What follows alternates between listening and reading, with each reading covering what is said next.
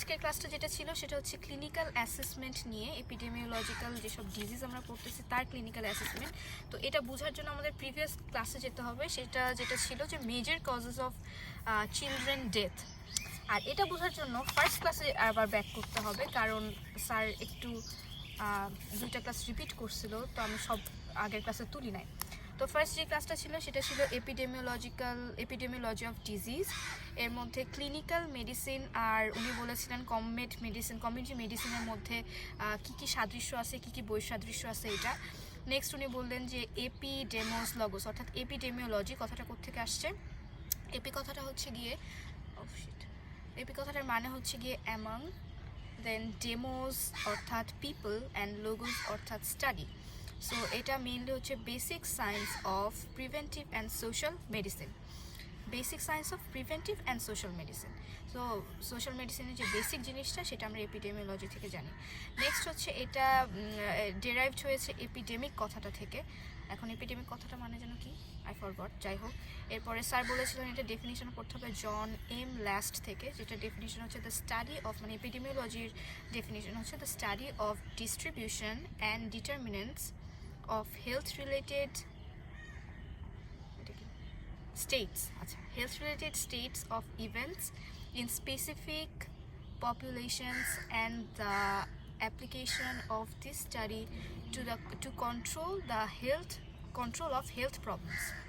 তাহলে health প্রবলেমকে control করার জন্য যেই ডিস্ট্রিবিউটিভ ডিটারমিনেন্টস আছে, হেলথ রিলেটেড স্টেটস আছে, সেটাই হচ্ছে এপিডেমিওলজি। নেক্সট আমরা চলে আসি, উনি বললেন যে আমরা ARI নিয়ে ফার্স্টে পড়বো। ARI মানে হচ্ছে acute respiratory infection. The acute respiratory infection এটা হচ্ছে perhaps the most common human element, most commonly ঘটে থাকে। এবং ARI যেটা, এটা হচ্ছে গিয়ে may cause inflammation of the respiratory tract anywhere from nose to alveoli with a wide range of combination of symptoms and signs.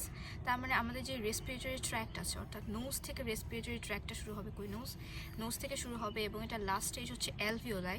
এর মধ্যে একটা wide range of combination of symptom এবং সাইনের মাধ্যমে রোগটা প্রকাশ পাবে, এমন একটা ইনফ্লামেশন টাইপের রোগ হচ্ছে ARI অর্থাৎ অ্যাকিউট রেসপিরেটরি ইনফেকশন। ARI এর টাইপ যদি বলতে হয় তাহলে এটা দুইটা টাইপ আছে। একটা হচ্ছে depending on site of infection, ইনফেকশনের সাইট অনুযায়ী এটা দুইটা টাইপ করা হচ্ছে। একটা হচ্ছে AURI অর্থাৎ acute upper respiratory tract infection, আর একটা হচ্ছে ALRI অর্থাৎ acute lower respiratory tract infection.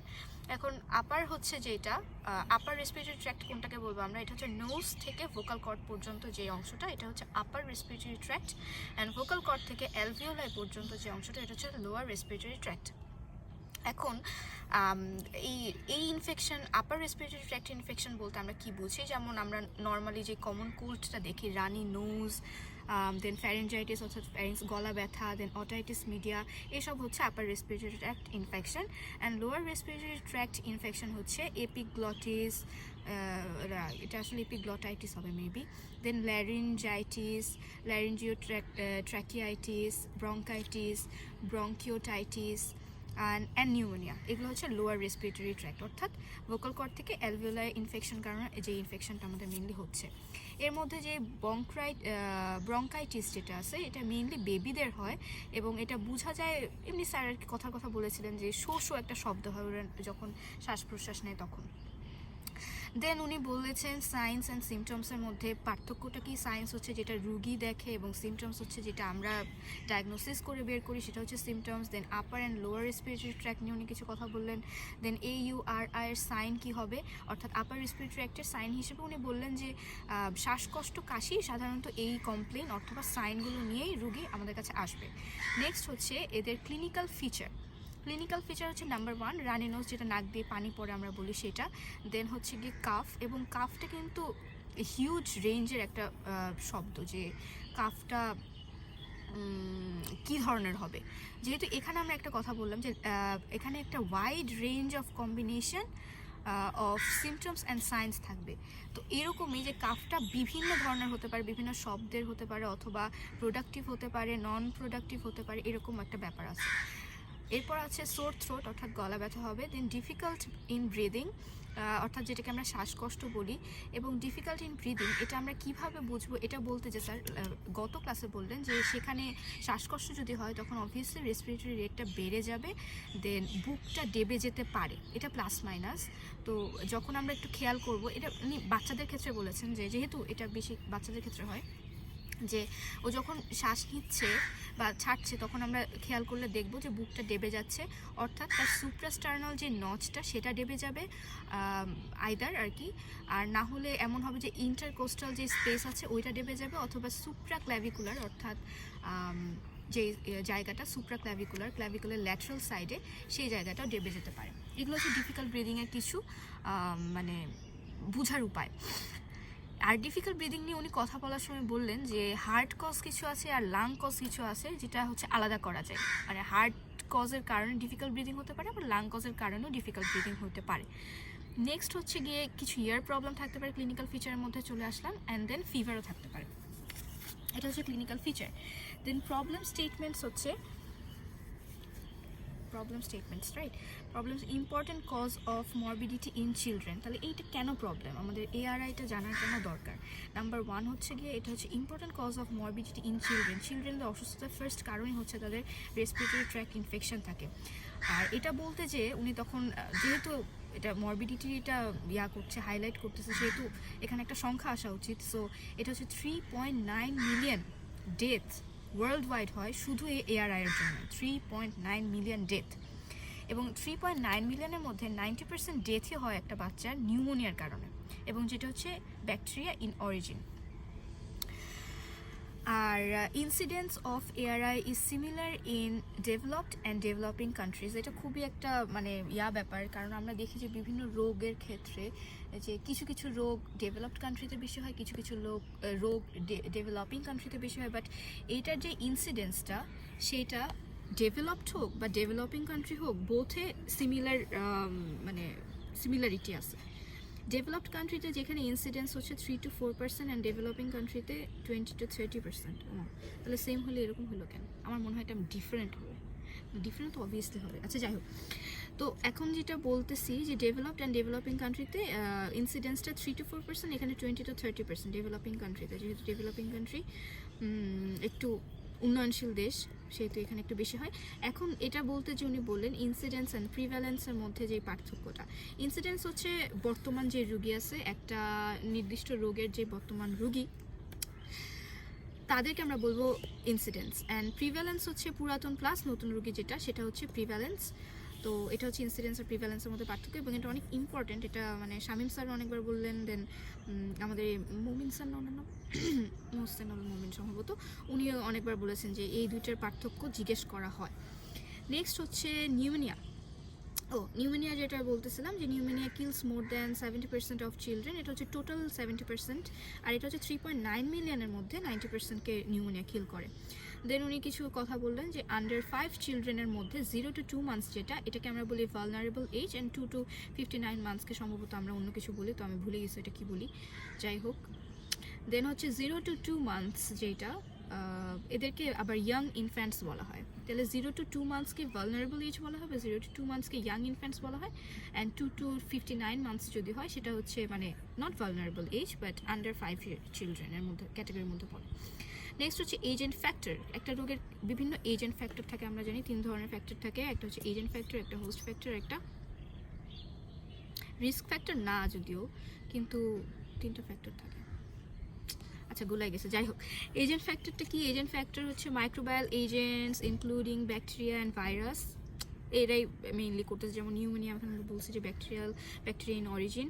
তারপরে প্রাইমারি কজ অফ রেসপিরেটরি ইলনেসই হচ্ছে গিয়ে এজেন্টের কারণে হয়, প্রাইমারি যেসব কজ আছে। এটা আবার প্রাইমারি কজ মানে কি, আবার সেকেন্ডারি কজ মানে কি, এটা আবার আরেকটা ব্যাপার আছে যে প্রাইমারি ইনফেকশন আমি কাকে বলবো, সেকেন্ডারি ইনফেকশন কাকে বলবো। But severity is determined by secondary bacterial infection, এটা বুঝে রাখতে হবে যে প্রাইমারি হচ্ছে ফার্স্ট টাইমে একটা বাচ্চার যদি ইনফেকশন হয় সেটা হচ্ছে প্রাইমারি, অ্যান্ড দেন প্রাইমারি ইনফেকশনটা ট্রিট করার পরে যদি তার আবার হয় সেটাই সেকেন্ডারি ব্যাকটেরিয়াল ইনফেকশন। তো এইটা বেশি ভয়ঙ্কর, কারণ এইটাতেই ডেথ রেটটা বেড়ে যায় এবং এটার ম্যানেজমেন্টটা বেশি টাফ এটা প্রাইমারির থেকে। তো এরপর হচ্ছে গিয়ে আমরা চলে আসি হোস্ট ফ্যাক্টরে। হোস্ট ফ্যাক্টরের মধ্যে যেটা স্যার বলেছেন যে small children can be affected easily. Host মানে কারা কারা এটা ধারণ করে, এটা এখানে ভালনারেবল এজ হতে পারে, একটা হচ্ছে এটা স্মল চিলড্রেনও হতে পারে, আবার এজড গ্রুপও হতে পারে, ছোট বাচ্চা অথবা বয়স্ক মানুষ দুইটার একটা হতে পারে। আর এখানে আমি কি লিখছি, নিউমোনিয়া।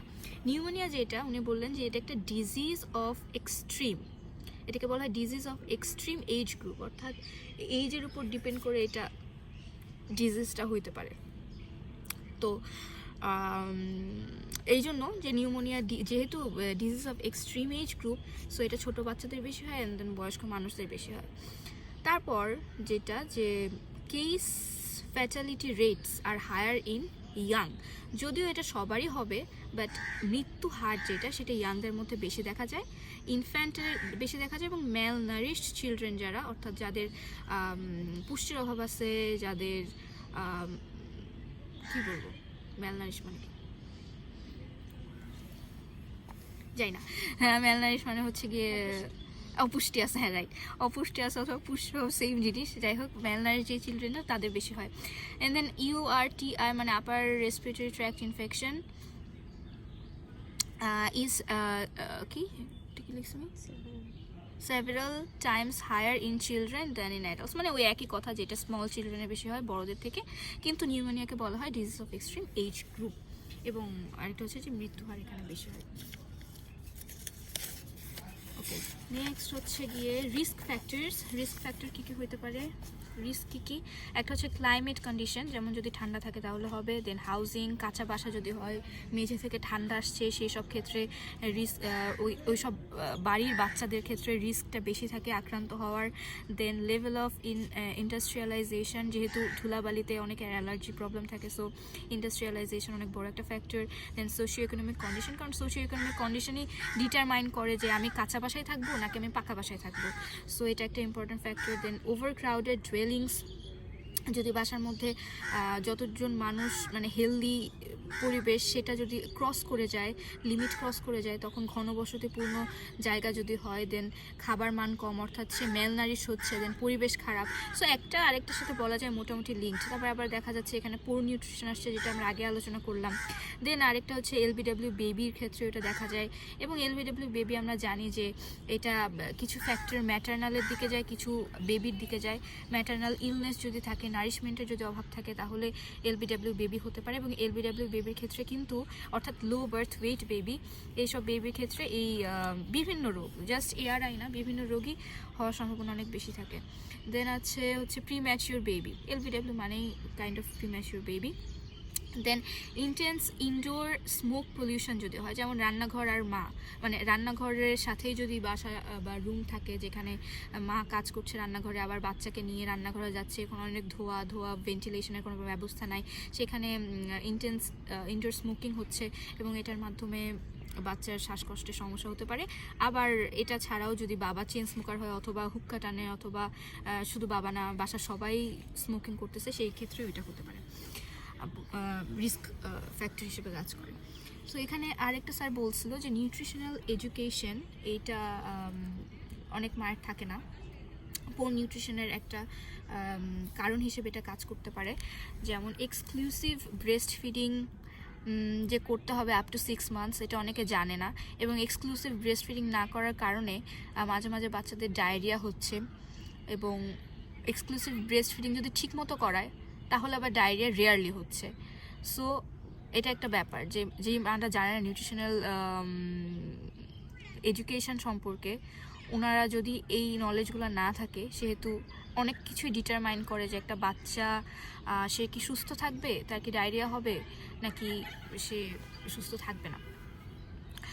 দেন প্রিভেনশনে একটা হচ্ছে ফার্স্ট এড হেলথ এডুকেশন, এটা শুধু মায়ের ক্ষেত্রে না, এটা শুধু বাবার ক্ষেত্রে না, এটা পুরো ফ্যামিলিকেই হেলথ এডুকেটেড করা উচিত, হেলথ এডুকেশনের ব্যাপারে জানানো উচিত। আরেকটা হচ্ছে আর্লি ডায়াগনোসিস এবং ট্রিটমেন্ট, যেটা আমরা বললাম যে প্রাইমারি ক্ষেত্রে যদি করি তাহলে ডেথ রেটটা অনেকখানি কমে যাবে এবং ট্রিটমেন্টও ইজিয়ার হবে। সো এটা ছিল আমাদের ফার্স্ট ক্লাস। আচ্ছা, দেন আমরা পরের ভিডিওতে সেকেন্ড ক্লাসটা